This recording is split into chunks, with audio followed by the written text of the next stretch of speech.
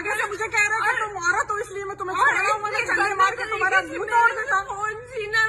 आदमी मुझे बदतमीजी से कह रहा है कि तुम, मैंने पूछा उससे कि तुमने किया क्या जब तुम हमारे घरों में घुस के सब कुछ कर रहे हो, तो आगे से कहता है तुझे नहीं पता कि यहाँ, तुझे नहीं पता कि तेरे खामद को तेरा लॉ एंड ऑर्डर का पता था, वो यहाँ से कहाँ भाग गया है। किसके लिए आए थे वो इधर? रेहान बिन जावेद साहब को पकड़ने के लिए आए थे, तो उन्होंने आके हम पे बदतमीजी की है, तशद्दुद की है, इतना मुझे मार के इतने बुरे तरीके से मेरी बेटी को इतने बुरे तरीके से थप्पड़ मारा है, इतने बुरे तरीके से उसको फोन किया है।